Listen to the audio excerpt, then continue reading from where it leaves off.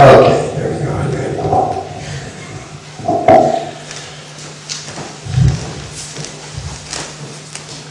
Lord Chaitanya predicted,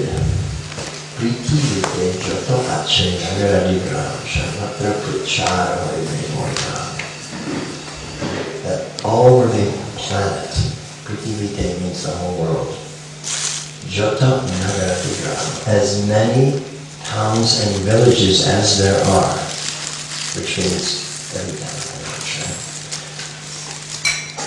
Jota Nagara Vigraha, Sharpatra, in all of them, Prachadavave, there will be preaching more not of my name. Preaching Lord Chaitanya's name. In other words, Krishna Kirtan, Krishna consciousness will be spread to every town and village. As many towns and villages as there are on the face of the earth. Then he disappeared. And 100 years later, his movement was finished. Nothing but sahajas and mental speculators. Vishwanath Chakravarti Thakur had to start over from scratch, re-enliven the devotees with the help of Baladev Vidyabhushan. They again rallied the forces, the Gaudiya Vaishnavas, and again got a movement going. But 100 years later, that movement had also run out of steam. And Bhaktivinoda Thakur had to start from scratch again. There was no movement. Bhaktivinoda Thakur, single-handedly, he had to start again.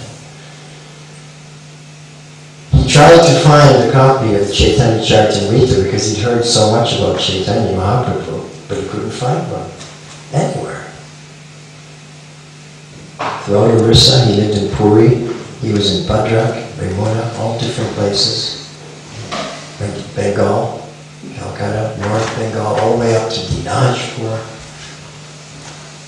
Finally, in an old temple, he found an old copy of the Chaitanya Charitamrita. He was in ecstasy. Because he read the Bhagavatam, and he knew that Mahaprabhu's teachings were based on the Bhagavatam. But how he presented it, how he did everything, who his associates were, he was dying to find out. So finally he got a copy and he read it. He was in ecstasy. So again, single-handedly, Bhaktivinoda Thakur started the movement again. And he founded many Namhatas. He had a whole Namhata thing going. He started the Namhata. He had several magazines going. And in one magazine that he had called Sajjan Toshini, he made a prediction. This was in the 1880s. He said Mahaprabhu's movement, mission will be revived again. One great devotee will come.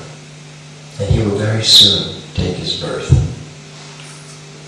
Then a few years later, in 1896, he published a book called The Life and Precepts of Sri Chaitanya Mahaprabhu. It was just a booklet. It was just a very brief overview of the life and teachings of Sri Chaitanya Mahaprabhu. And he sent it out to different universities around the world as a gift. That was in 1896, the beginning of the year, spring. Now in September of 1896, another momentous occasion. In the house of Abhay Charan Day, they were celebrating because a boy had been born. And it was the day after Janmashtami. So some of the family members said we should call him Nandalal, after Nanda Maharaj. But the father, Abhay Charan, he said, what do I say? Father's name was Gaur Mohan. He said, we'll call him Abhay Charan. I would fearlessly take shelter from the lotus feet. So that Abhay Charan grew up to become the person who fulfilled the mission of Sri Chaitanya Mahaprabhu. Now in 1930s, 32, Bhaktisiddhanta Saraswati Thakur sent 3 of his top preachers to London to try and fulfill the mission of Chaitanya Mahaprabhu that it would spread to every town and village in the world. They went to England, they were in England, Germany. I don't know if they came up to Scotland, but anyway, they did meet royalty, they met the king, they met important people. But they came back, and this was their report. Their report was that it would be impossible for the Westerners to give up their lifestyle of meat eating, intoxication, illicit sex, gambling, and become Brahmanas. Impossible. That was their conclusion. In 1933, Abhay Charan got first and second initiation in Allahabad. And his Guru Maharaj, Bhaktisiddhanta Saraswati Thakur, said, your name is already perfect. I'll just add Aravinda. Abhay Charan Aravinda. Why don't you take shelter at the lotus feet? Now I was very fortunate to interview one of Prabhupada's godbrothers, Adi Keshav, but he's also well known as Dr. O.B. L. Kapoor. He was a research scholar at Allahabad University, PhD, in comparative religions. And he met Bhaktisiddhanta Saraswati Thakur, was very attracted to him, and realized this was a genuine guru, so he took initiation and got the name Adi Keshav. Now, our Prabhupada, he had met him in 1922, Bhaktisiddhanta Saraswati Thakur. But he was married at the time. And when he was age 26, he moved with his family to Allahabad and formed his own business. Previous to that, he was working in a chemical company, Chemist's Works manufacturing company, Dr. Bosch. So now he's in Allahabad and he has his own business called Day's Pharmacy. And one day, a couple of sannyasis walk in to the pharmacy. Tirtha Maharaj was the leader, and he said, we've heard your name. We want to establish a mutt here in Allahabad. Will you help us?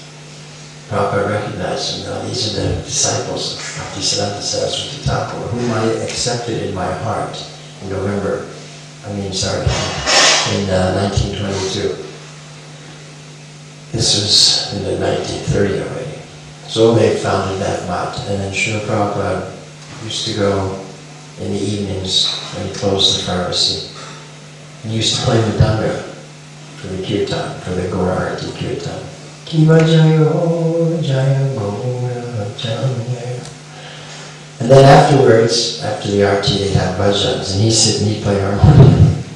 His father trained him up how to play Mridanga as much as he could, and then he would bring in teachers, Mridanga teachers, to train his son. There's one video, Prabhupada's being recorded, and someone shot a video, and then between the recordings, Prabhupada speaking, he said, My father always wanted me to do like this. My mother wanted to send me to London to become a barrister.